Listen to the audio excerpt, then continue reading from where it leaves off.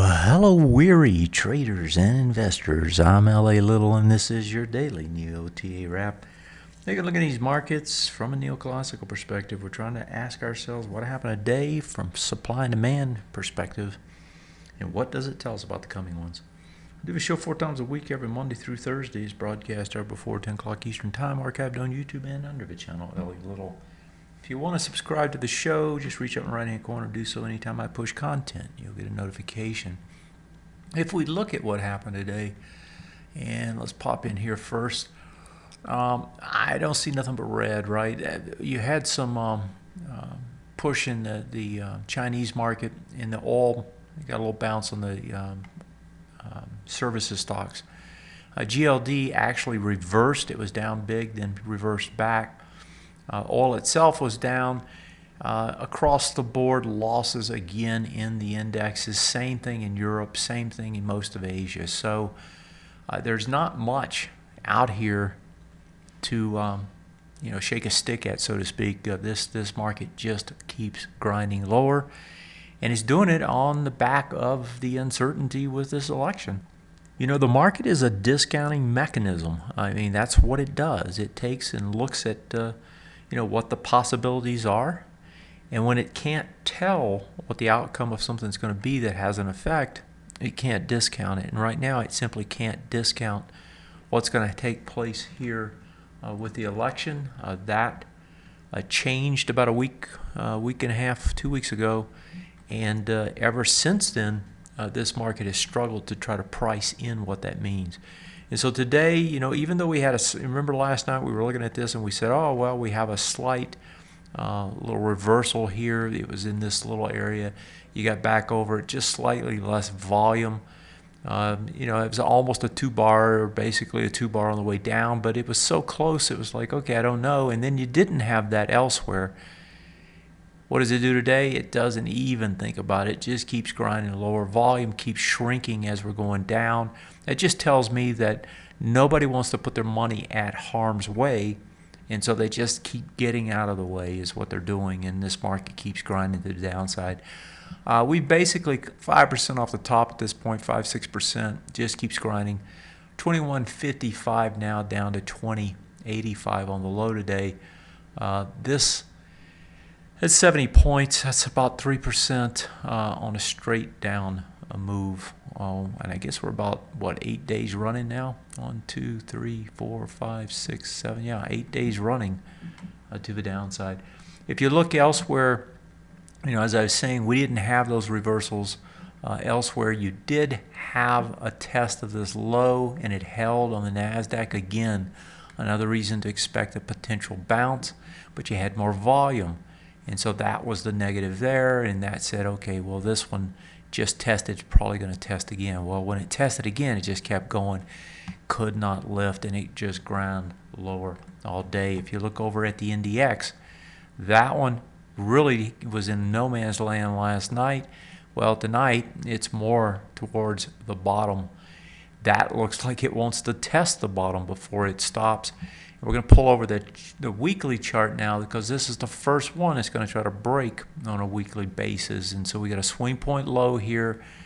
We've got a bullish retest regen at this high. It's coming back into it. This is going to try to break a low. And if it does, that would be the first of the indexes on the weekly time frame to actually break. Again, if you stay negative long enough on the short term, you will eventually affect the longer term time frames, and that's the risk, right, as we start coming down, and that risk is becoming more and more real here. Finally, looking at the Russell, this thing, talk about a sell-off, this thing hasn't looked back basically from 1270 or so. It's just straight down, 1263. Now we're at 1156, so you knock 1,000 off. It's about 10% on the way down, and it's pretty much been a straight line move, 6 weeks straight down. Way overshot in terms of ABCD structures. If you're looking at it on any kind of momentum type basis, this thing's really overdone itself to the downside. But you know what, folks? It doesn't matter. Until it turns, it can keep going. If we look at it on a weekly, this one has already gotten underneath where it should, unless you get a heck of a rally tomorrow, which seems unlikely in this environment. 1168 at lows 56. You got to get at 12 points. You got to get a 1% move back to the top side just to save that swing point, or that swing point highs low. And right now, that doesn't look all that likely. So pretty negative here. And if you think it's negative here, look around the world. I mean, talk about getting hit. I'm going to pop over to the world markets real quick. If you go, and I'll just start with like the DAX. Remember we had that big bearish reversal back here, 2 bars back. You got another one, and you just keep going today. So this thing just keeps pushing to the downside. That's true here. It's true of the CACs. And the one it's extremely true of is the Swiss market. So if I pop over to Switzerland, you'll see just a huge move to the downside. I mean, this thing has just totally given it up on the way down. Once it rolled over, once it gave up that bullish retest regen zone, actually this particular index didn't have it. We had it on some of the others inside Switzerland. But once it did roll back over this little ledge here, and I believe it was about right there is where it was, rolled over it, tried to regain it, couldn't, and just gave it up since then. Big moves to the downside, giving up, what is that, about 1,600 points. That's a fairly significant percentage loss.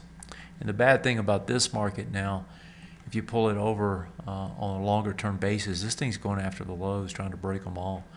And so a continuation of a move to the downside. So I don't see much hope there either short term. So, you know, what this market needs is it needs some certainty, and it's not going to get that unless we get something that tells us that Clinton's going to win, which is what it was trying to believe before.